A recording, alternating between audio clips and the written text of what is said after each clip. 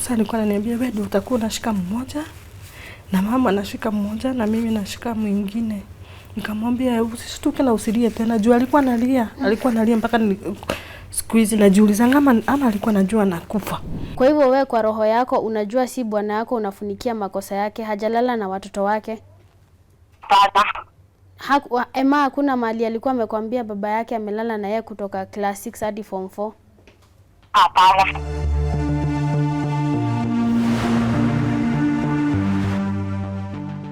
Hello and welcome to today's episode. Picture this. You're the first daughter in a family of 3 daughters. You survived defilement from your biological dad. Your second daughter goes through the same. But the last daughter goes through the worst to a point of losing her life. And in all this, no one is believing you, no one is supporting you, not even your mom.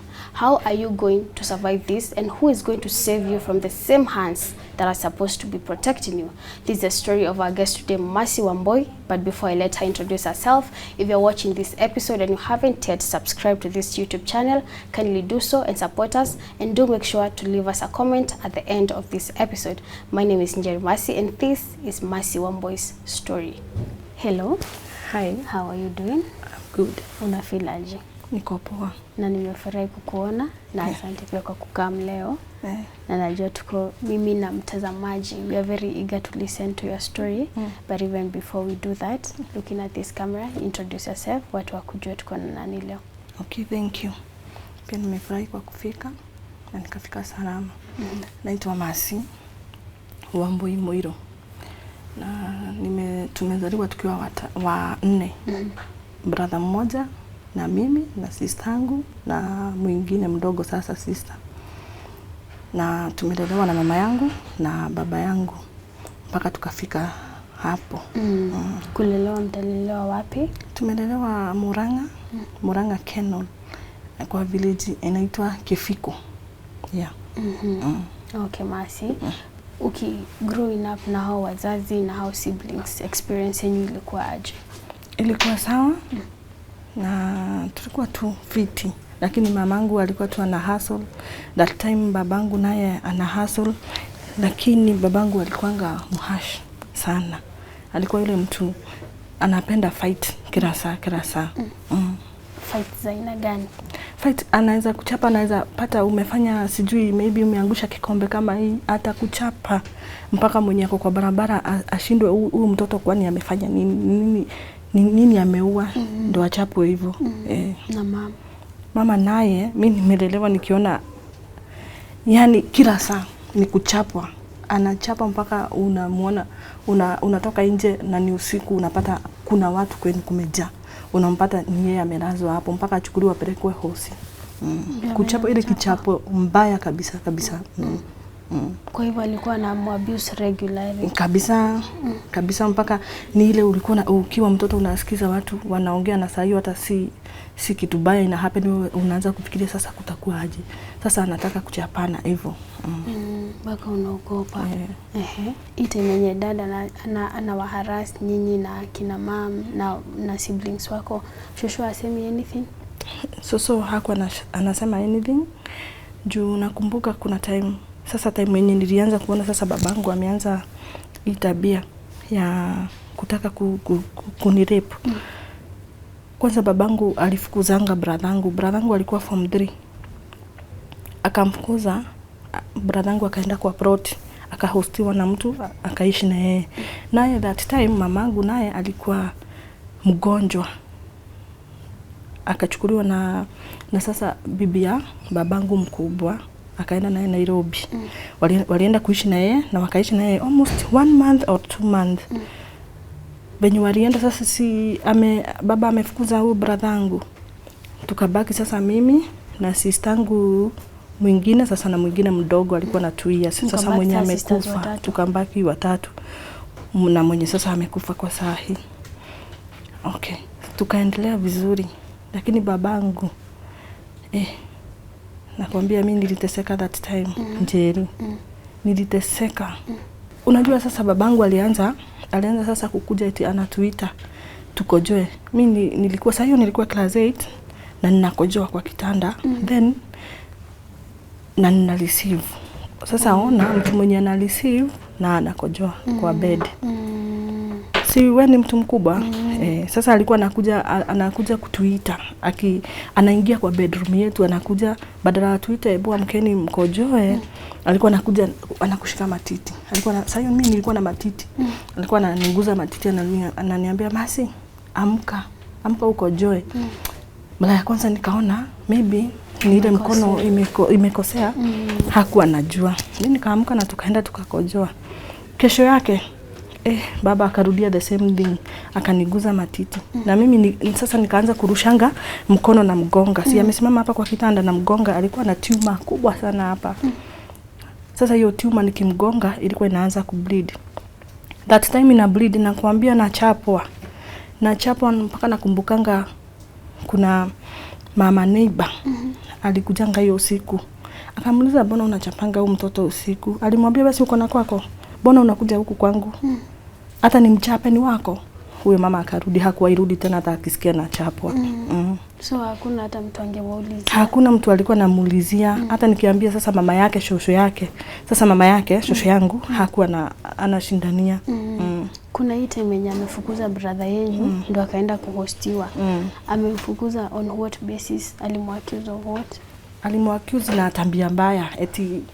Eti anafanya tabia mbaya, sijui nini, hivyo tu ndo apate tu time ya kumfukuza. Juu nakumbuka venye brother yako alienda, mimi mateso nilipewa na kuchapwa. Kwanza kuchapwa, hiyo mimi nimechapwa kabisa. Na hii time yenye anakuguza akiwaita, anakushikashika wewe peke yako ama pia dada zako wana complain about the same? Dada zangu sasa saa hiyo mimi si unasikia niko class 8. Dada zangu mwenye amenifuata alikuwa na 7 years. Na mwingine sasa mwenye alikuwa amefuata huyo alikuwa na 2 years. So mimi ndio nilikuwa mkubwa, wengine ni watoto. Ikafika kuna siku ilifika sijui aliona staki hizi mambo zake. Akaona ni kama staki kabisa. Akakuja unajua penye alifanya ndio nijua sasa anatakanga tu kunilip kabisa. Aligoga dirisha. Aliendanga usiku kitu saa 7 hivi. Akagoga dirisha yenye ya bedroom yenye tulikuwa tunalala. Konga na nguvu kabisa. Juu nilisikia nikiwa nimelala, sasa niliamka mbio. Kuangalia dirisha kweli imevunjika. Nikamuita. Penye nimemuita na yeye akakuja mbio. Akaniuliza ni nini? Nikamwambia dirisha imegongwa. Akaniuliza nani amegonga? Nikamwambia mimi sijui. Akaangalia. Akaniambia sasa venye utafanya, utachukua Emma ni huyo wa miaka 2 na uite huyu mwingine muende mlale kwa bedroom yangu, kwa kitanda yangu, na mimi niachwe hapa nijue penye kunaendelea. Hivyo ndo nilifanya. Nikachukua Emma nikaenda kwa kitanda yao na tukalala. Si tumemwacha huko. Na mimi nikalala vizuri. Mimi niliamka nikasikia mimi nilikuwa na top. Ilikuwa na buttons. Sasa ni unaifungua yote. Then nilikuwa na booktop ndani. Mimi nikaamka nikaangalia nikaona hii imefunguliwa, then booktop iko hapa juu. So matiti yote iko nje. Sasa akili zangu zikaanza kuwa alert.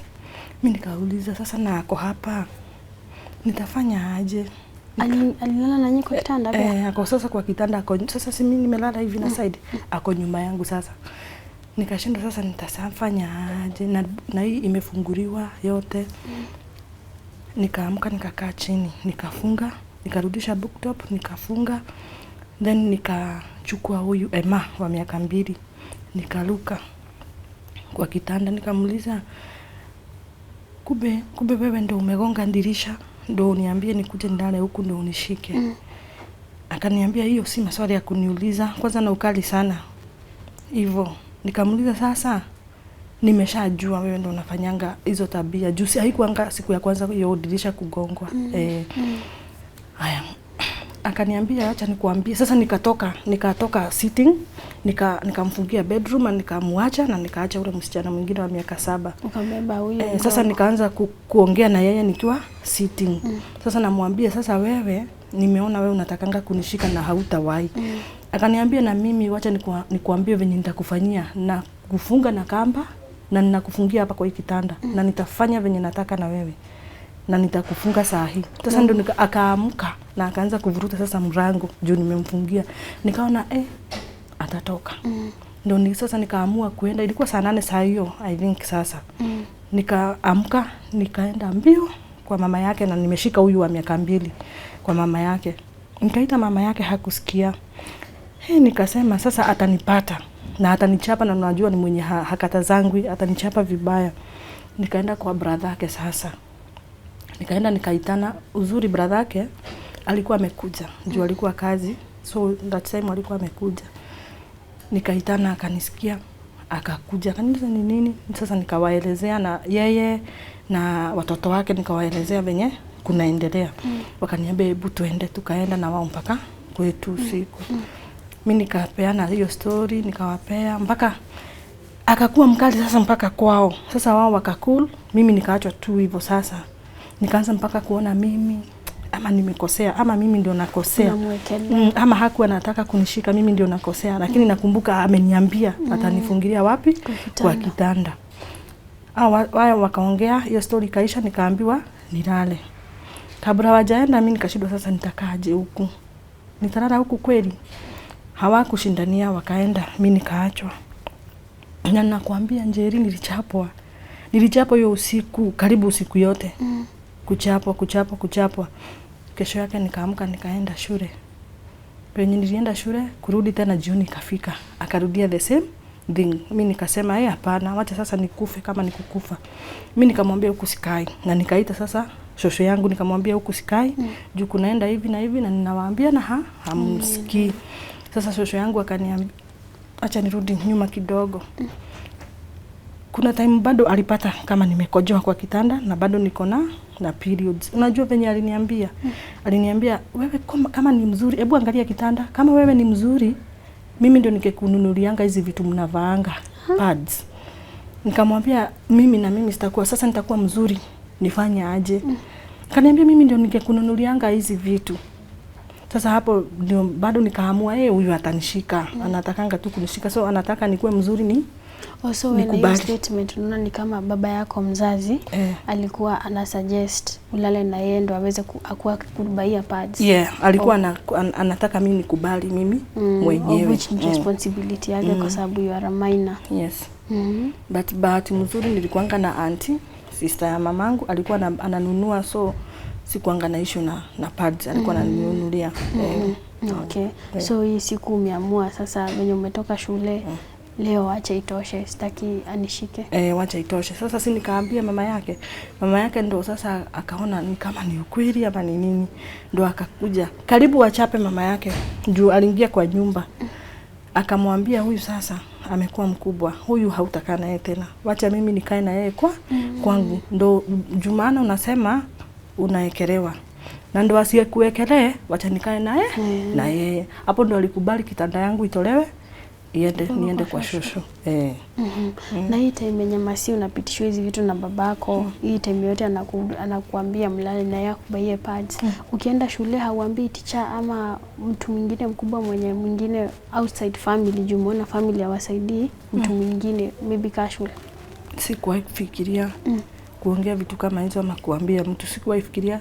Lakini kuna time kazi zangu sasa wenye tulikuwa tunasoma na wao walikaa kama wanafikisha hiyo story kwa shule. Sijui kama ilifika vizuri juu nilikuwa naisikia na watoto wengine sasa. Okay. Finally mama alirudi? Finally mama yangu ndo akarudi, akakuja na nikamuelezea, lakini bado alikuwa mgonjwa. Juu that time hata alikuwa anasimama anatetemeka mpaka mikono. Hata alikuwa yeye kazi yake ilikuwa tu anasikia tu kujiua. Hata ni mara mingi sana nilimshika akitaka kujiua, kukunywa petrol juu tulikuwa na generator. Sasa alikuwa anatumia hizo vitu ajiue na kukunywa dawa mingi excess. Akufe. Sasa mimi hata sionangi mama sometimes kama alikuwa sawa that time. Juu nilimwambia lakini hakuna kitu alifanya na hakuna kitu angefanya kwa that time. Juu hata alikuwa weak. Alikuwa weak kabisa. So hizi vitu zote zinafanyika ukiwa class 8? Nilikuwa class 8 juu hata sikumaliza mwezi mmoja nikafanya KCP. After KCP ulienda wapi ama uliendelea kukaa huko home? After KCP nilikaa huko. Nilikaa tu home kukaa. Sasa nikaona mama yuko sawa kiasi na mimi nikaenda kutafuta kazi. Kwa hivyo ukupata hata chance ya kwenda high school? Makes sense. Na sasa we as the elder daughter umeona how evil your biological dad can be. Na sasa wewe after class 8 you have left home. Hawa sisters wawili wenye umeacha, Emma na mwingine wa 7 years, wao walikuwa nakwambia kama wanapitishwa the same experiences?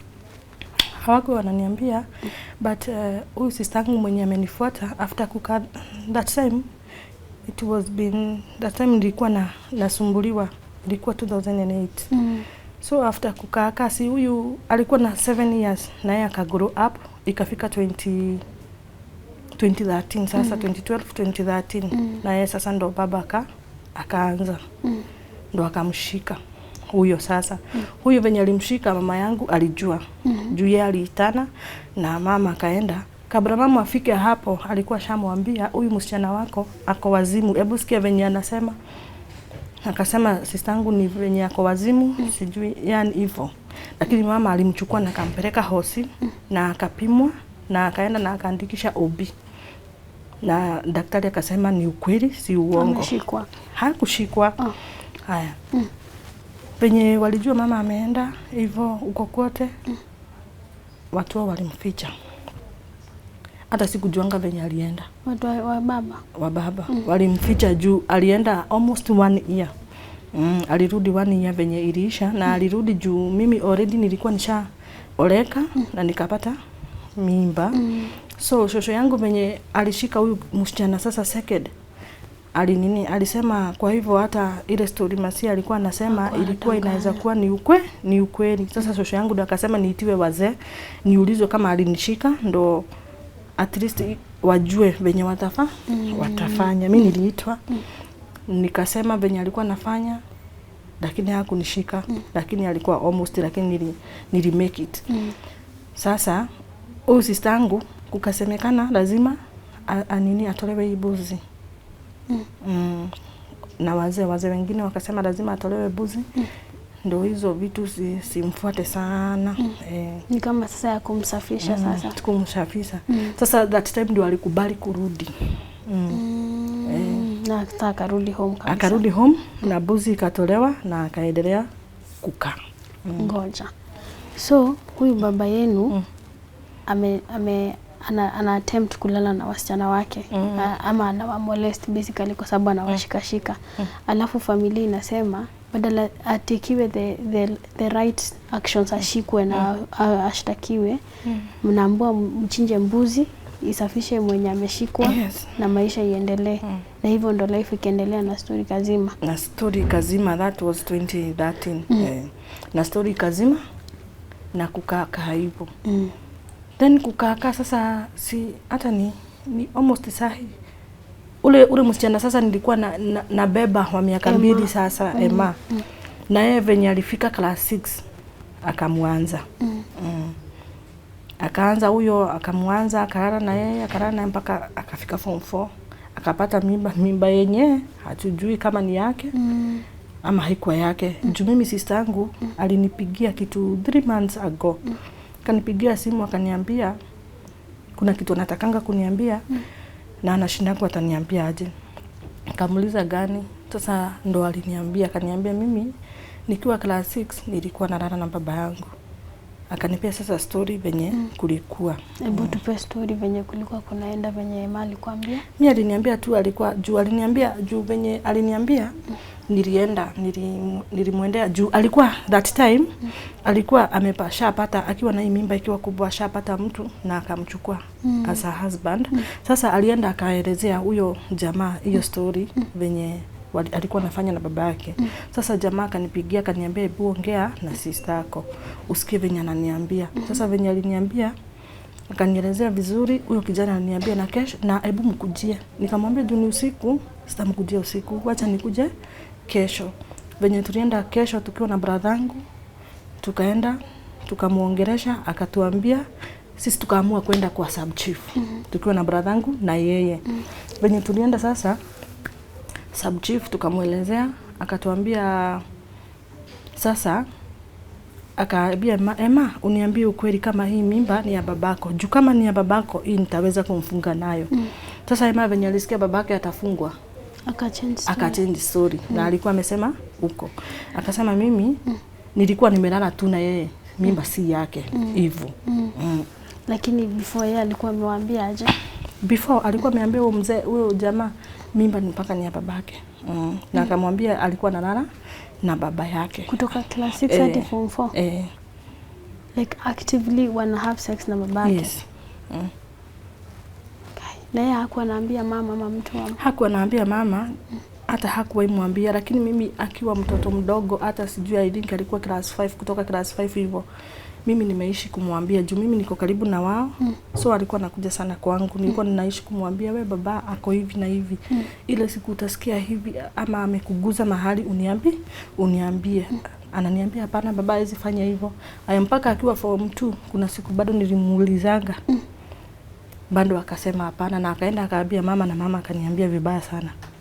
Alikwambia? Aliniambia hiyo nauliza mtoto mambo kama gani, na babangu aliokoka. Hivyo ndo aliniambia. Akaniambia tu mambo zingine hapo, mimi nikaacha. Nikafikiria maybe hajawahi. Sasa venye alinipigia simu kuniambia ni kutoka class 6, nilimuuliza na mbona huku niambia na nimeanza kukuuliza mapema. Akasema reason. Sasa ananiambia alimdhirita, alimwambia atamuua na asiwahi mwambia mtu. So Emma alikuwa anaficha hii story ndo asi lose life. Yes, alikuwa anaificha kabisa. Kabisa ameikanyangia kabisa. So venye mlifind out mkaenda kwa sub chief. Chief alifanya nini? Chief sasa venye alimuuliza akaruka, alituambia hana namna. Juu sasa hiyo kesi venye anasema ni ya kitambo na hana evidence, ajui venye atafanya. Hivyo ndo aliniambia. Kaniambia sasa sijui muende mtafute baba yenu huyo mkubwa muongee kifamilia. Na hivyo ndo tulifanya. Tukaamua kwenda na bradhangu kwa huyo dadi mkubwa, tukapitia kwa sister yake. Venye tulifika huko tukampigia simu sasa huyo dadi. Hapo ndo alituambia hataki huyo shetani. Hiyo ni kuharibu boma na kuharibia jina. Na hiyo mambo akaachana nayo na akasema hataki na haitaki, na kaniambia kwanza mimi ni mbaya sana, taharibu boma. Ndo sasa tukarudi. Venye tulirudi tukatafuta mzee, tukaenda naye home. Ndo aambie mama yangu venye kuko. Sasa huyo mzee ndo alifikisha maneno, tukikuwa na Emma na bradhangu sasa na mama yangu na mama mwingine na mimi. Sasa Emma ndo tukamwambia basi sema chenye kimetuleta. Emma akaelezea mama yangu vizuri, lakini baba alikataa. Nikamwambia Emma, mbona unanisingizia? Emma akamwambia ni ukweli baba, ni ukweli, hata wewe ndo ulini break virginity. Hivyo ndo alimwambianga. Lakini finally alikubali. Na akasema alikubali, hivyo ndo alikuwa anafanya, na akatuambia akaconfess hapo hata waifanya hivyo tena, na atatoa mbuzi asafishe boma yake. Na hivyo ndo walifanya na wakatoa mbuzi. After that Emma akakaa 1 month akakufa.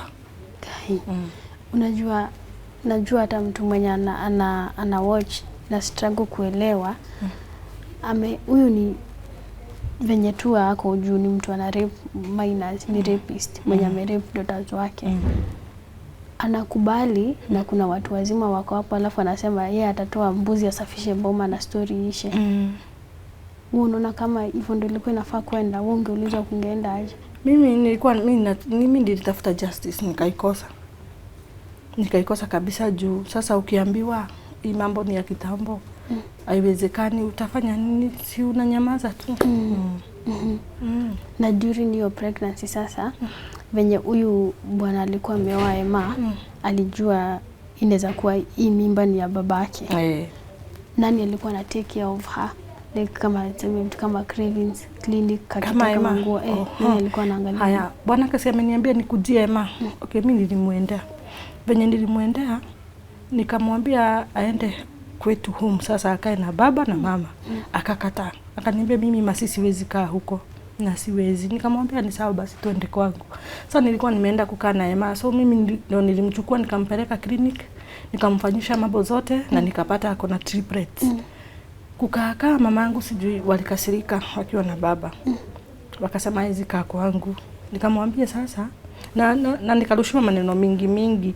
Nikamwambia sasa Emma, hawa ni wazazi na wanakasirika juu yako kukaa wapi? Kwangu. Wewe sasa sija kufukuza, lakini nitakufanyia mambo zenye nilikuwa tu nimekuambilia, nitakufanyia.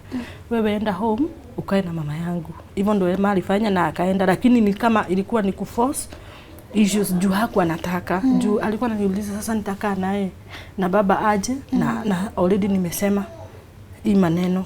Sasa Emma ndio akaenda. Na nikakaa nikiona Emma ako na stress sana. Juu na shida sasa huyu amemsema na wameforce arudi home, atoke kwangu arudi home. So alikuwa anaona kama anaweza mhama. So hakukaa sana. Hakukaa juu. Alienda kujifungua vizuri, then akakufa. Hiyo siku ya kwenda kujifungua, alipelekwa hosi na nani? Alikuwa Murang'a level 5. Alipelekwa na nani? Alipelekwa na mama yangu. Na akajifungua vizuri. Akajifungua vizuri, watoto wake 3 na akawaona, lakini akaanza kubleed. Hiyo complication alafu ndo akaaga sasa. So Emma venye ulireceive hizo news, wewe ulichukuliaje? Sasa Emma kuaga ilikuwa hard. Hiyo ni siku yenye sijui kama sijui ilikuwa siku kama gani. Juu mimi nilikuwa nimeenda kumwangalia. Nasikia napigwa simu usiku, naambiwa Emma amepata watoto na ni vijana 3. Kujeni kesho na manguo. Umembebea juu nilikuwa najua anapenda chapo. Nikambebea chapo. Kuenda naambiwa Emma ako ICU. Kuenda ICU ndo nikapata ameshakufa. Hiyo siku ilikuwa siku kubwa sana kwangu. Hata sijaiona hivyo. Mwenye hajai kufiwa na mtu wao ni kama hakuna kitu anajua. Mchongo. Alafu then unaona ameacha watoto 3. Watoto ukiwaangalia wanalia, unakumbuka mama yake. Ni hard. Watoto walilelewa wapi sasa? Kwa sababu in this situation high chances zinaweza kuwa baba yenu ndo baba ya hawa watoto. Walinemiwa tu home. Mmoja anaitwa Muiru kama baba yangu, na mwingine sasa mwenye agezaliwa na mamangu Gogi na brother yangu sasa ni 3. Sasa venye sister yenu amekufa, si mtaanza hizo preparations za mazishi na nini? Unajua kwanza huko ushago kuna hizo story huwa zinaenda sana. Watu wanasikia Emma alikufia hosi na nini. Kwa kijiji watu walikuwa wanasema aje wakisikia hizo story za baba yenu kulala na nyinyi? Kwa kijiji kulikuwa kubaya sana kabisa. Juu walikuja, juu venye walisikia Emma amekufa, watu wengi walikuja mpaka vijana wakasema baba ndio amefanya Emma akufe. Na watampiga mpaka press ilikuja watu wa news mpaka wakafika. Juu walikuwa nasema lazima wamzike, hawawezi zika Emma akiwa uhai. Na hapo ndo alitoroka akaenda. Na mpaka saa hii. Juu Emma alikaa ni place alikaa kwa morgue kabisa. Juu alikaa kama 2 weeks. Kwa nini? Juu sasa kushakuwa na hawa watu hawataki, wanasema Emma hawawezi muzika kama hawajaona huyo mzee. Na hiyo siku ya mazishi baba atakuja yeye? Hakukuja, hakuanga. Alikuwa shatoroka juu hata hiyo siku ya mazishi tulikuwa mpaka walikuwa wameshaweka security juu ilikuwa kitu yenye inaweza happen, anything can happen. Mshazika Emma, hizi vitu zote zina happen. Masi mama anasema nini? Mtoto asha confess, bwana wako amekuwa kilala na yeye, watoto wameachwa, umezika mtoto wako akiwa mdogo. Yeye anasema nini in the midst of all this? Mamangu bado anapenda bwanake sana. Hakuwa anataka kusikia bwanake amekosea. Ukimwambia sasa mara ya kwanza, tukakuambia mara ya pili, sasa hii ni ya 3 na bado hutaki kukubali. Anasema hiyo ni mambo ya kitambo. Hataki, anasema tu yeye ni bwanake. Hataki. Anamfunikia. After mazishi sasa maisha ilikuwa aje? Maisha after mazishi sasa unaona mzee ameenda, mama amebaki peke yake. Na ni yule mtu wa depression hivyo. Sasa ilikuwa hard. Na kuna watoto 3 wanagojea kukuja. Na mama yao tushamzika. Na tena hii story mzee hawezi kuja home asichapwe na watu. So ni maisha hard. hata kwa saa hii bado ni hard juu sasa unaona mamangu ni yako na watoto na unaona nini yake situation yake venye iko ni hard. Mama yeye anafanyanga kazi? Afanyi kazi. Na ana survive aje? Ana survive tu hivyo, ukimsaidia sawa hivyo. Na baba yenu huwa anamsaidia? Sijui kama anamsaidia juu sijui kama huwa na home. Sijui venye wanafanyanga. Maybe chenye amepata anampea. Lakini mimi nimejaribu tu venye anaweza saidika, lakini hataki. Baba hataki, anasema niachane na boma yake kabisa. Usijaribu kuingilia. Nisijaribu, na nikiangalia mama yangu anateseka kabisa na hao watoto. Hebu imagine Njeri, watoto 3 na uko peke yako, hauna kazi, mzee hayuko na mamangu anateseka. Hata ukimwangalia tu hivi unaona huyo mama ako na stress situation yenye yako, lakini mzee anamforce. Babangu anamforce, anamwambia hataki kusikia hata. Ameongea. Hataki kusikia mamangu ameongea kuhusu hiyo story, hataki. Najua kuna mtu anaweza kuwa anaangalia interview na aseme kwa nini Mercy anaanika uchi wa familia yake? Kwa nini mtu aseme babake alimshika? Unaweza wewe, mbona nini ilikupelekea kutaka kushare story? Mimi yenye imenifikisha hapo mpaka nikaona mimi sasa hii story nitashare. Ni uchungu yenye mimi nakuanga nayo ndani yangu. Nakuanga na uchungu na nasikianga tu vibaya kwenye ukienda kwa barabara unasikia unajua hata mtu anaweza kupointingi huko hao watu wanararanga na baba yao, na saa hiyo wewe alikuwa attempt wengine akabashika. Haya, saa hiyo tena tumezika msichana wetu na ameacha watoto na mama hana hiyo uwezo na hatuna hiyo uwezo, na nikikumbuka babangu na amefanya huo mtoto akue kwa kaburi, sasa hiyo kitu inaniua kabisa. I'm dying inside. Mpaka ukaona uone venye mnaweza saidika. Yes. Na umetry ku reach out to mom hivi majuzi? Huwa na try kumreach out, lakini kama jana tuliingia na yeye na akaniambia hana maziwa ya watoto. Yani hakuna mtu mwenye anamsaidia juu hawa watoto mpaka watumie pampa, watumie maziwa nani na ni 3. Analiliwa wanda. Lakini hataki kuongea juu. Hataki kuongea. Unajua hataki kuongea juu anadhriteniwa na babake, baba mzee wake. Sasa anamdhriten kabisa asiongee. Juu hataki, alimwambia, nilisikia kwanza alimwambia akijaribu mtu aongee ama mtu aende huko hata wahi msaidia hata siku moja. Sasa unaona sasa mamangu hasa anatulia juu ana depend on her. Yeye ndiye atampea chenye anataka. Sasa ananyamaza juu hana usaidizi yoyote. Yeye ndiye atamsaidia. Sasa hawezi ongea. Lakini hiyo kitu inamkura. Mama, najua hiyo kitu inamkura kila siku. Juu akiona watoto anakumbuka mambo zenye anafanyia watoto wake na mbona emako kwa kaburi. Kwa hivyo inamuaffect mentally. Inamuaffect mentally. Juu hata ukimwangalia yuko sawa. Unaona mtu ako na stress kabisa lakini hawezi ongea. Basi hebu tuambie experience ya kuishi kwa mtaa yenye mko ile familia ya kupointiwa, ndio ile familia yenye nalanga na baba yao, ndio ile familia yenye wanafanyanga ina affect aje nyinyi watoto? Hiyo kitu huwa affect mtu Njeri. Hiyo kitu huwa ina affect mtu juu hata kuna place unafaa uongee, unajipata uwezi ongea, maybe unafinyiriwa na mtu, uwezi ongea siku tusi, usikie vibaya hivyo. Yani hata kitu ki happen kwenu unasikia unaona kwa yule mzee mwenye anararanga na watoto wake hivyo, sasa unasikia vibaya. Hiyo kitu inakuuma kabisa. Alafu kuna sistangu bado alikuwa ameolewa karibu. Unajua alifukuzwa na bwana yake. Venye alijua. Huyu sister wa mwenye ameacha mama mwenye ametuacha. Mwenye amenifuata. Tu amejua story yenye ilikuwa na happen kwao. Sasa yeye akamfukuza. So ikamharibia hadi ndoa. Ikamharibia mpaka ndoa. Na wewe maisha yako imekuwa affect in any way? Mimi haijani affect juu time babangu alifukuza bradhangu, alihostiwa sasa na jamaa mwenye alinioa. Yeye ndiye alimhost. So nilikuwa naenda kuangalia bradhangu huko. O jamaa alikuwa friendly hata sikuwajua atakuja kukua nini bwanangu. Juu nilikuwa namwambia nikimpata, namwambia chenye na go through. Namwambia, namuelezea venye baba anasumbua, ananichapa hivi. So hata akinioa alikuwa anajua situation yenye Okay.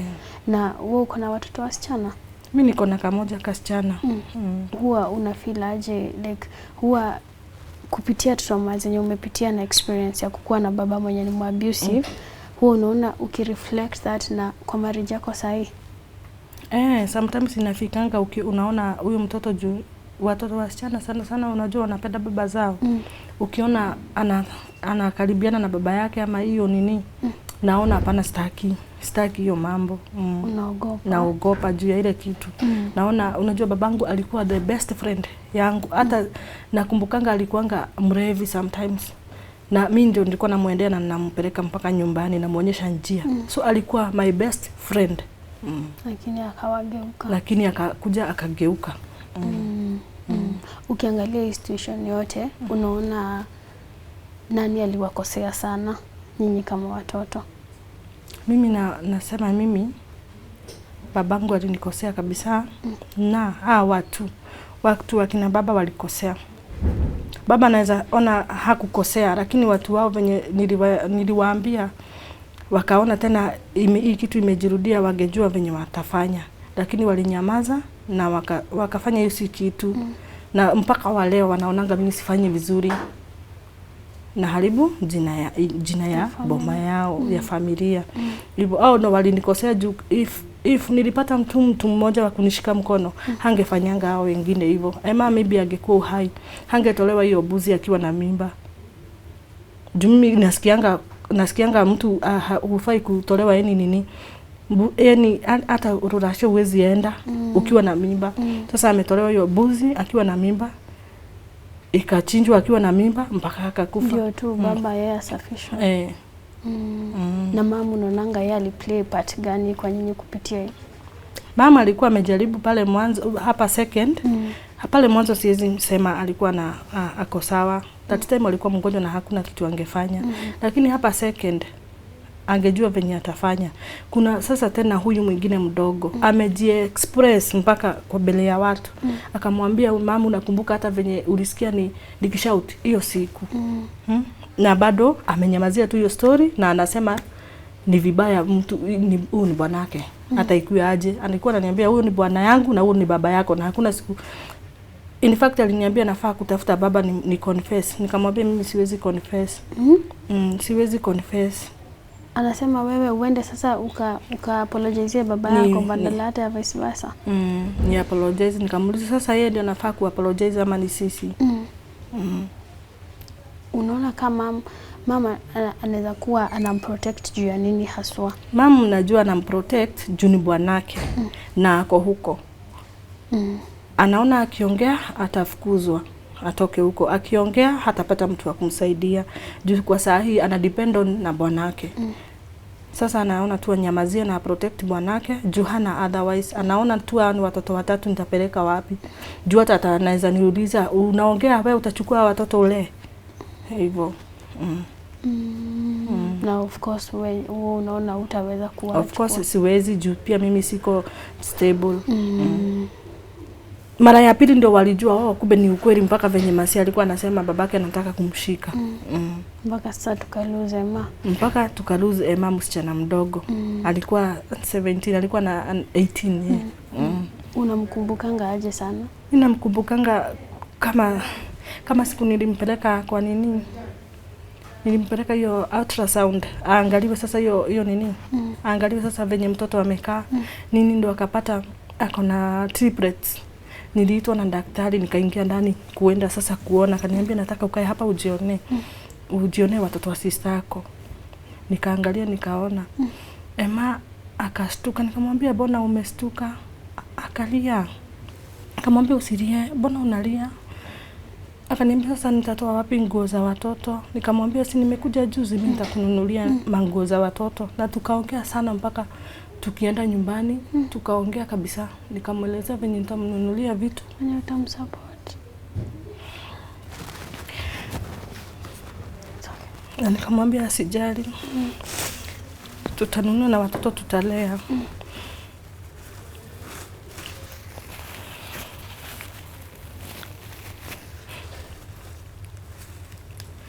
Sasa alikuwa ananiambia wewe ndio utakuwa unashika mmoja na mama anashika mmoja na mimi nashika mwingine. Nikamwambia usishtuke na usilie tena. Juu alikuwa analia mpaka siku hizi najiuliza ama alikuwa anajua nakufa. Alikuwa analia kabisa. Mpaka akiwa hosi niliambiwa sasa na mwenye walikuwa naye hosi eti alikuwa analia kabisa. Kama mwenye anajua ataenda na harudi. Sasa namkumbukanga na hizo mambo tulikuwa tunaongea kuhusu watoto wake. Alafu ilikuwa mimi ndio anaambia mashida zake. Na nilikuwa najipea nguvu na mwambia Emma hizo vitu tutakuwa tunapata. Nitakuwa nabaia huyu hii mwingine yake. Rest in peace Emma. Na huyo mwingine mwenye alipoteza ndoa yeye anakuanga aje? Alipata bwana mwingine na lakini ako sawa, ako Nyeri. Ametulia. Ametulia. Sasa kitu kingine inaniuanga ni kuenda napata hao watoto wanalia. Wakilia, mnalia wote. Mimi nikikumbuka mama yake heri angekuwa hai awanyonyeshe.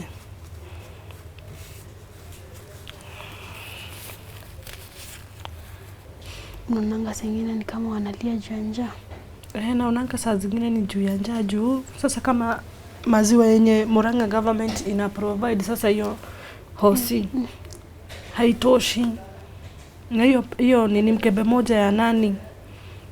Ni pesa mingi. Na hamna sasa mpaka mnashida sasa mtawapea nini? Unaona mpaka wenyewe hawashimbi hiyo maziwa. Hakuna mtu ako hapo asaidie, hakuna. Najua wewe ulikuwa unataka mama yako asaidike hata despite wewe kuongea ndio ukili. Lakini ingekuwa baba yako anaweza kuwa na watch interview ama ukapata chance ya kumuongelesha, unaweza mwambia aje? Baba naweza mwambia, baba penye uko ulitukosea kabisa na unasemanga ni uongo. Ile kitu najua uwezi danganya Mungu, udanganye roho yako na udanganye watu. Unajua tu ni ukweli, hiyo yote ni ukweli na ulitukosea kabisa kabisa. Mimi sinanga amani. Juu hata nikiona watoto wangu wenye nimezaa, niko na mmoja nimekuita wewe. Unaongeanga tu vibaya juu yake. Anakaanga tu, unaona amekuwa mgonjwa tu hivyo tu. Na ni wewe unaongea tu vibaya. Na unajua tu ukweli ulitukosea. Kabisa. Huwezi danganya Mungu. Na ujidanganya na udanganya roho yako. Hivyo ndio tunaweza mwambia. Na Mam naye nitamwambia hivi. Mam nakupenda. Lakini unaonanga sikupendi. Unaonanga na haribu ndoa yako. Siwezi haribu ndoa yako. Pia mimi naweza furahi ukiwa kwako kama hauna stress. Kama saa hii nararanga nikiamka usiku nakumbuka uko na watoto 3. Nashindwa unakaa na wao aje kama mmoja anashindanga mtu. Siwezi haribu. Bwanako mwambie alikukosea na anakoseanga watoto wako na anakukosea mpaka wewe. Anakuchanganya na watoto wako. Hakuhurumii na ukiongea na kuambia usiongee asikose kukusaidia. Jua tu Mungu yuko. Kwa mtu mwenye anaangalia na angeza taka kuwasaidia, atawasaidia aje na anaweza wapata aje? Mimi kama uko hapo na unaweza taka kusaidia watoto, unaweza ni reach out ama reach out mam, umsaidie juu chochote unaweza msaidia nayo itamsaidia. Na kwa saa hii najua anaumia, ni venye haezi ongea, anaumia kabisa juu mimi naona na muangalianga kila siku naona anaumia kabisa, lakini haezi ongea. Asipoteze boma na asikose mtu wa kumsaidia. Unaweza reach out ama reach out au watoto wa grow. Kwa saa hii wadogo wako 2 months, wanalia tu na wanahitaji maziwa na wanahitaji pampa na mama hana kazi. ako tu hapo. Yeye akule, akose kukula na ni hivyo. Atawapata na namba gani? Namba ya mama? Tupe yako kwanza. Yangu ni 0701 377 797. Ya mama ni 0701 211 721. Najua mama anaweza kataa kuonekana kwa kamera kwa sababu hata tumejaribu asubuhi na imeshindikana. Lakini unaweza taka tumpigie simu? Unaweza kuwa comfortable tukimpigia? Mkimpigia simu atakuwa naweza kuwa comfortable na hata pia yeye ataongea kwa simu, lakini kwa kamera naweza ogopa. Kwa kamera ndo hataki.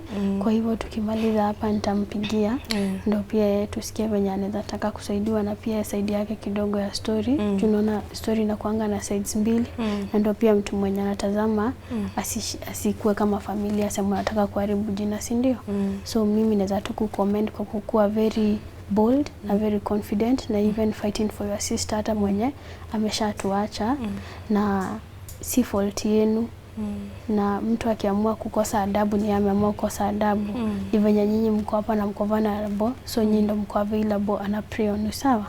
Kwa hivyo find peace. Na ukiona sasa si umeona kabisa mmetry hata kwa sub chief, mmetry kutafuta justice na njia zingine mnaambiwa mchinje mbuzi asafishwe story ishe. Kwa hivyo naweza kuambia for now heal your heart. Najua si rahisi na siwezi kulazimisha, lakini ndio upate peace of mind na ndio usikue mentally disturbed kama mom. Na pia uko na watoto ndio uweze pia kuprotect hata huo msichana asiwejipata kwa position kama wewe. Anahitaji mama mwenye ameheal na mama mwenye ako sawa.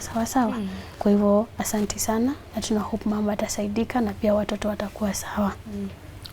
Asante. Karibu sana. So Mercy, ukiona ile experience umepitia nyinyi na sisters zako na kukua na mama hapo naye hakuwa anaelewa kabisa na hakuwa na believe, unaweza ambiaje wazazi uko nje ndio waweze kuprotect watoto wao from such things? Mimi ile kitu naweza ambia wazazi wenye mko huko nje, kwanza room kuingia rooms ya watoto wasichana beta mkataze mapema. Juu sasa akianza kuingia atajifanya ni kitu maybe anaendea huko. Anakupata hauna nguo, anapata mtoto sijui mara anapata panty iko hapo na ni mzee. Babangu alikuwa hivyo, alikuwa nakatazwa na kuingia na hataki kusikia juu alizoea. So mpaka venye watoto Emma ali grow up, kuna siku nilimkataza kuingia huko na akakasirika kabisa, akaniambia niende nikachunguze kwangu si kwake. So ni nasemanga wewe kama bwana mama ya watoto usikubali ati baba anaenda kufunikia watoto usiku. Hapana. Hiyo kitu acha ikuwe responsibility ni yako, juu babangu alikuwa anakuja mpaka ati nikutufunika ama nikutuita tukojoe, na hapo ndo akaanza hiyo maneno. Na ukiambiwa na mtoto kitu, fuatilia, jua vizuri, acha kubelieve bwanako, juu babangu alikuwa mpaka analia akiambiwa analia. Lakini bado analia akijua tu amefanya. So guys, we are about to call Mercy's mom to get her side of story and also to know how she might be needing your help or our help. So you put her number here and then I'll call her. This is her number, not your number? Okay. So we are hoping that she'll pick our call just to give a right of reply and also to see how maybe the kids are doing, kwa sababu interview ya camera she clearly declined. Hello Mama Mercy. Habari yako?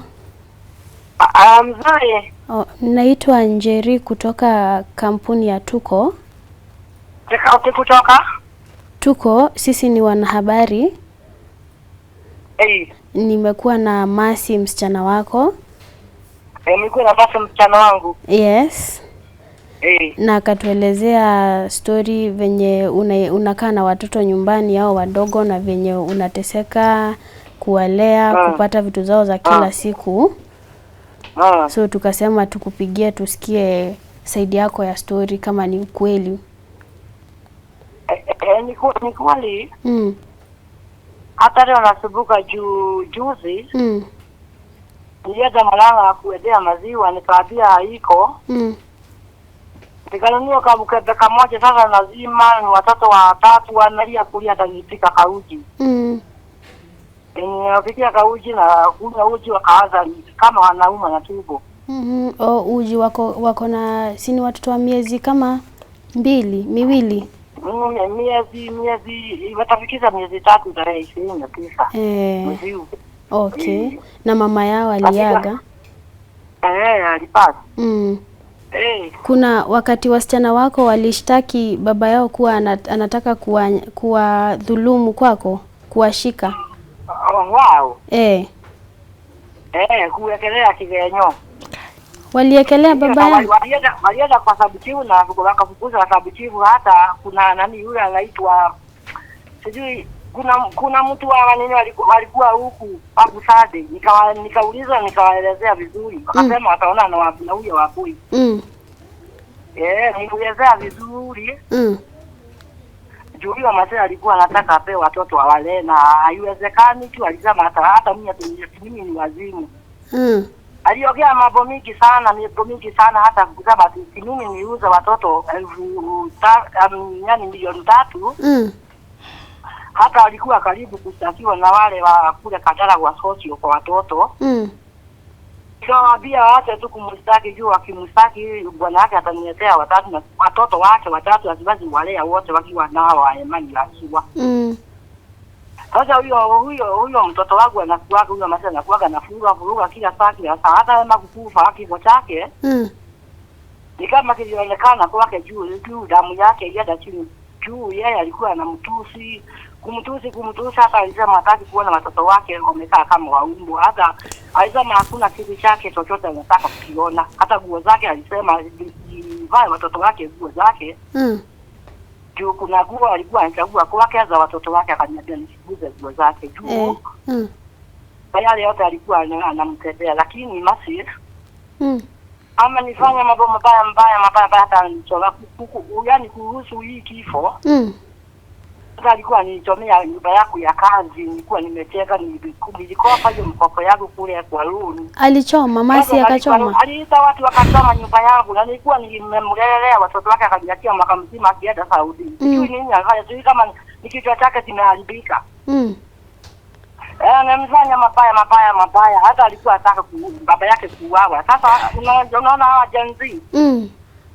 Aliwaita huku wakati wa mapolisi nilikuwa na nina uchuku ya mtoto wangu kukufa. Na hakuwa mtoto wangu amezikwa akanijatia janzi huku akanipiga akaniambia niwapatie watoto walikuwa kule nitoe bwana yako. Na nitoe watoto huku kwa nyumba nikamwambia polisi wakifika huku ndio ndatoa hao watoto. Sasa huyo mtoto kutusubua zabata bwana. Hiyo ni kigenyo hakuna kitu kama hiyo. Mam, unasema nilielezea hata nilimuona akipeana hiyo story. Nilisikia hiyo story na hiyo story. Ingekuwa nataka watoto wasaidiwe. Si angesema mambo ya watoto lakini kusema ya baba yake. Iko wapi evidence hata kidogo. Si mimi nakuanga huko. Na wenye boma hii wako wanajua hivyo hakuna kitu kama hiyo hata tunashindwa mate nini baya na yeye. Na mam nikuulize Masi anasema mtoto wa msichana wa pili huyo wa mwenye amefuata Masi mwenye kwa nyuma ya Masi kuna wakati baba yao alitaka kumshika na ukaenda ukashtaki na mkaenda hata hosi na uko hadi na OB number 2013. Mimi sikuenda, ingekuwa ningeenda si hiyo nini hiyo karatasi ningekuwa nayo. Hauna OB. Na sababu hajajua, hata sababu hajui. Unajua mtu anaharibu nini jira la sababu akaharibu nini majira ya kule yule Ivati tuliuza watoto naye tukauzia mama jira. Ati milioni 3 anaharibu kila mahali hata hawezi enda kwa sababu hata hawezi enda kule kwa Ivati alikukuza kule Kadara. Alifukuzwa. Na wale watu niliwachukua tuendee watoto nao kule Kadara. Kufika huku nyumbani aliwatukana hata watu kwa hawakujaji huku. Hawafikaji huku kwangu mimi na hata baba yake alifika mwisho akasema Mase. Asikuje huku. Maana ameharibu jina ya watu wa huko nyumbani wote. Okay ma'am, na nikuulize mami, na hii wakati wenye Emma alikuja mkiwa watu wengi akaconfess akasema baba yake alikuwa akilala na yeye kutoka akiwa class 6 na kukachinjwa mbuzi. Hapana, hakusema, moja nikuambie. Mase walienda kwa subchifu. Alikuwa anamtoa kwa bwana yake akamwambia aende alekelee baba yake mimi hiyo kienyo. Naye Mase akasema naye akasema hawezi sema hiyo bana. Hawezi baba yake awekwe ripotini. Subchifu ndiye alinielezea hiyo yote. Alinielezea niliaga juzi. Kanielezea vile Mase walia, naye akasema hawezi naye akasema hataki kuona watoto wake wamekaa kama upwa. Nikuulize. Mtu anaweza jitokeza na huyu asema hawa watoto ni wapi? Mtu anaweza? Sasa huyo kijana watoto ni wake. Na hata kile kitu tulia naye. Na hata hiyo maziwa alisema atatafuta pesa tunywe naye akajua ni mkada mmoja tu hapo na pesa juu ako shule. Hata sasa tuliwaambia hata hakufanya nini, hakuenda na watoto juu alikosa pesa za kufanya DNA. Ndio koti ilisema ati yeye afanye DNA. Mimi kama baba yake na mtoto mmoja na yeye baba kijana wafanye DNA. Wao wakakosa pesa.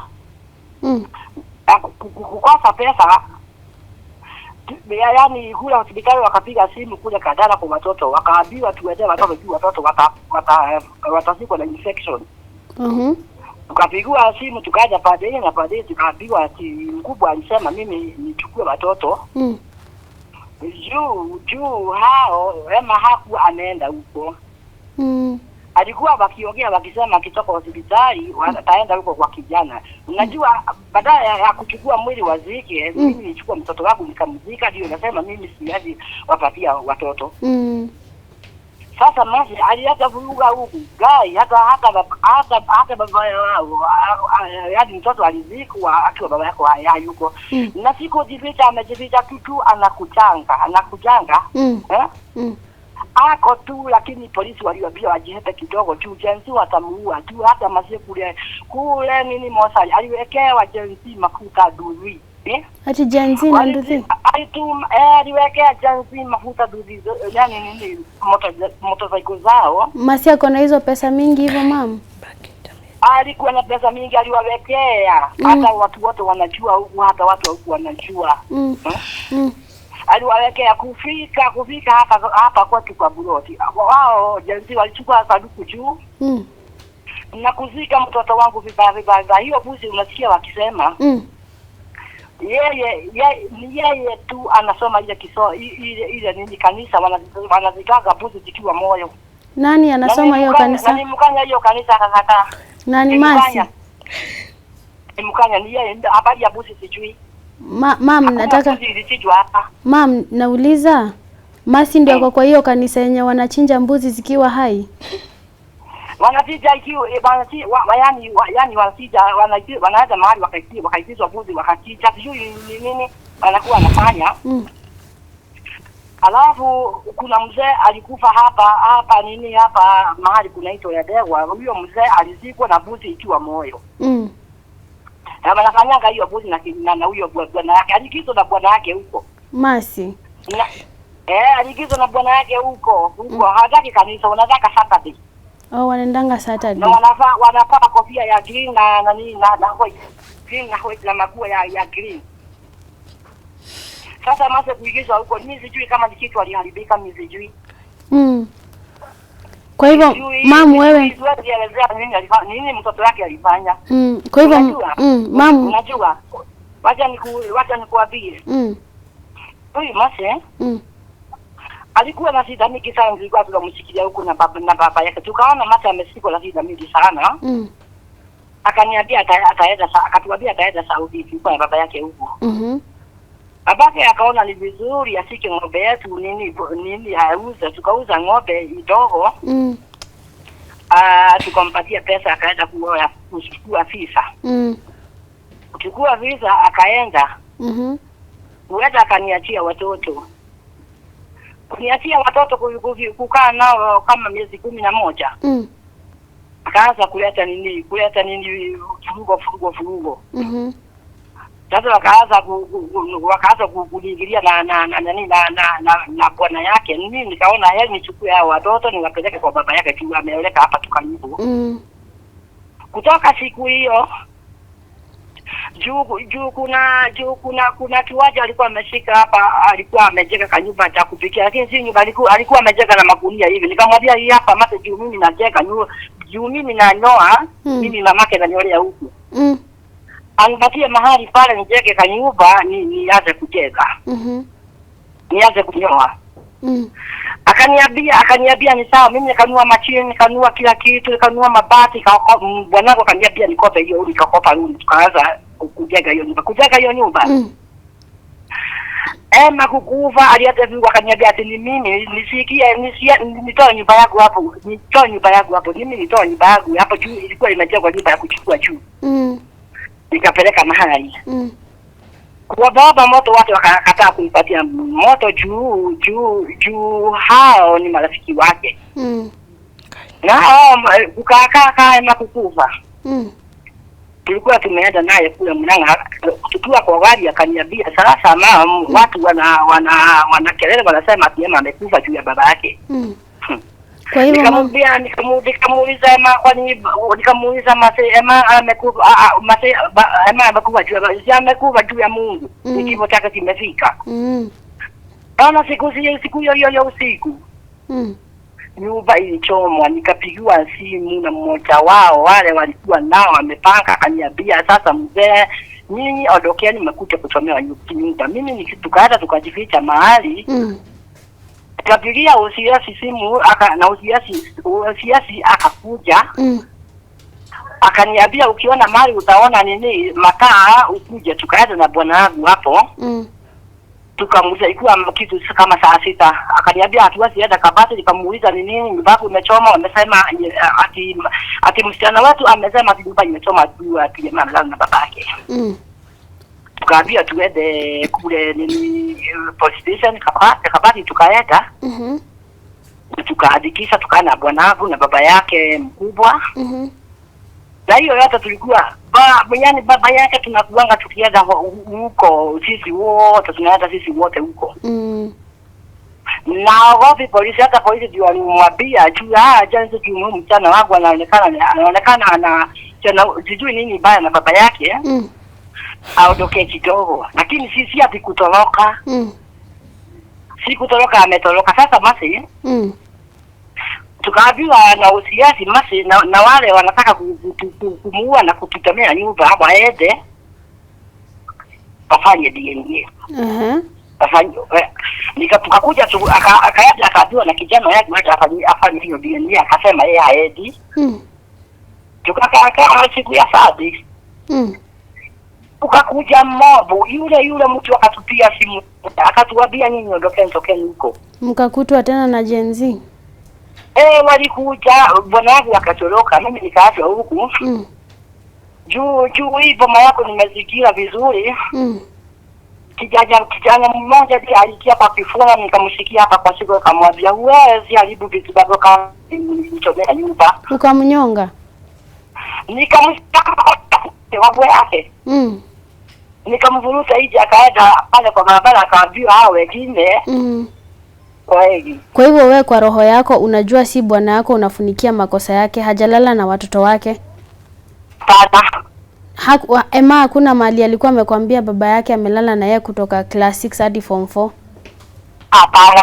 Hakuna mali wewe 2013 ulikuwa umeenda ukashtaki ameshika mwenye amefuata masi na mkaenda hadi hosi na ukapewa hadi OB number? Sikuenda. Wewe haukuenda hosi? Mimi sikuenda. Ile mimi najua. Ile mimi najua mimi nilienda kwa hiyo bwana wangu mkubwa. Mimi nilienda kukaa huko siku kidogo tu, lakini nitakuja na kukuja huku. Mama hakunielezea chochote. Na mam nikuulize. Kwa hivyo tukaenda saa hii tufungulie hiyo file ya 2013 na tuwezi kuta mali ulikuwa umeshtaki kitu kama hiyo? Hapana. Hakuna. Na wewe sahi, wewe uhusiano wako na Masi uko aje? Uhusiano wangu naye? Uhusiano wangu naye? Ni kuona mimi si kama mama yake. Na mimi nikasikia vibaya sana juu. Yaani Masi anakuwa ananisumbua sana, kunisumbua.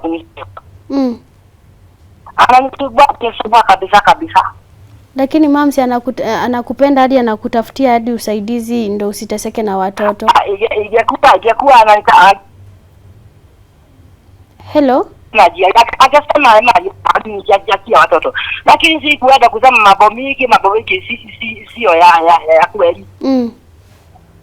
Sio ya kweli. Mimi nasikia vibaya sana hasi. Nasikia vibaya. Nasikia vibaya. Na bwana yako anasema aje? Banagu. Banagu amesema. Ndio anasikia vibaya. Na kwa nini sasa yuko home bwana yako mama? Bwanagu anafanya kazi hapa Makuyu na sikupotea napotea. Ni kunyoa ananyoa hapa juu nyumba yake ilichomwa. Hata ukitaka kuenda nikupeleke mahali anafanya kazi naweza kupeleka. Kwa kijiji muulize watu. Naweza kupeleka mahali anafanya kazi. Yake amekaa hivyo, sikutoka ametoroka. Hata sikutoka polisi anakujaga kila siku, lakini huko Makuyu anaenda anafanya kazi siku mbili anakuja. Sikutoka hata ukikuja sasa nakupeleka. Sasa anafanya kazi ya kunyoa. Juu nyumba yake ilichomwa, akinyoa, akikona ana kazi ya kucheka akaenda akajeka. Nikuuliza mama. Hata alienda juzi. Anakujaga huku kila siku anakuja kila siku. Lakini mtu angekuwa na makosa angepeleka mpaka polisi, tumeenda kwa polisi naye tukaenda kwa DCI, tukaenda kwa DO. Yaani kuadikiza hiyo maneno Masi akaapia aende hapa nje. Yeye alisema. Yeye amesema. Hello? Yes, nakusikia Hello? Nakusikia. Wale baba watoto walikosa pesa. Nyinyi kama serikali amejiomba nyinyi mtafute pesa waende afanye nini? Yeye hawataki pia watoto wake. Na alisema wakati poti ya mwati kujani fanywe. Bisema mimi na mtoto mmoja kafanya nini? Akasema nini tu akaenda mimi sitarudia akaenda tu hataki kuja watoto wake. Mama umesimama mahali hakuna. Hata leo nataka mtafute pesa ikiwa mtasaidia kama serikali waende mafanywe DNA. Na hatutaki DNA ya private ile kwa serikali Kenyatta. Okay. Mama, pengine swali zangu la mwisho kutoka kwangu naweza kuuliza, nikipigia bwana Emma sahi nimuulize hata niambia kuna wakati Emma alikuwa amemwambia babake alikuwa amelala na yeye na hata hiyo mimba ingewezekana ikuwe ni yake. Ukipigia nani? Mwenye alikuwa ameoa Emma. Mpokee nikupatie baba. Mama nitashukuru. Nikutumia namba yake. Nitashukuru. Hebu niandike kwa. Hello? Hello? Yes. Hello? Nakusikia. Nikutumia. Hebu niandike. Yani uandike kwa mkono. Ule mkorino. Haya. Lakini kidogo unipigie juzi na kitu. Okay. Acha tupigie. Unaona amekataa mpaka hakuna mbuzi zishaichinjwa. Mimi hata ndio nauliza au watu wa kijiji si wanajua. Kwanza hii ya mwisho ya Emma ilitolewa na mkorino. Yeye ndiye alichinja pasta mkorino. Na unasikia amesema mpaka time yenye Emma alienda kusema hiyo story tulikuwa na mzee mwingine wa kijiji, mama mwingine na mimi na bradhangu na mama yangu na babangu. Na aliconfess ni ukweli. Na mama amedeny kabisa kila kitu. In fact ananiekelea mambo mingi. Ulimchomea nyumba? Sikuwahi mchomea. Sasa unaona hii mambo yenye ilifanyika ikasemekana baba, unajua wanajua story ya home, unaona watu wa kwetu. Sasa baba eti kuna kanyumba alikuwa amejenga eti aanze kunyoanga. Sasa walisema hawamtaki mpaka kwa proti. Hata sikujua ikichomwa. Kwa hivyo wewe uko sure si wewe? Akiwana. Niko sure hata mabati yangu 7 ilichomekea hapo juu mimi nilikuwa nimewapea mabati 7. Okay. So we've just called Mama Masi and clearly she has denied all the allegations that her husband might have allegedly slept with the late daughter and attempted to sleep with the other 2 daughters. So I don't know, some stories are so difficult to judge and even so difficult to fathom. But anyway, thank you for staying with us up to this point of today's episode. If you have watched this episode and haven't yet subscribed to this platform, kindly do so, support us, and do make sure to leave us a comment at the end of this episode. Also remember that her number and also her mom's number will be on your screen and also on the pinned comment below, so you can reach out to them and support the little children left behind.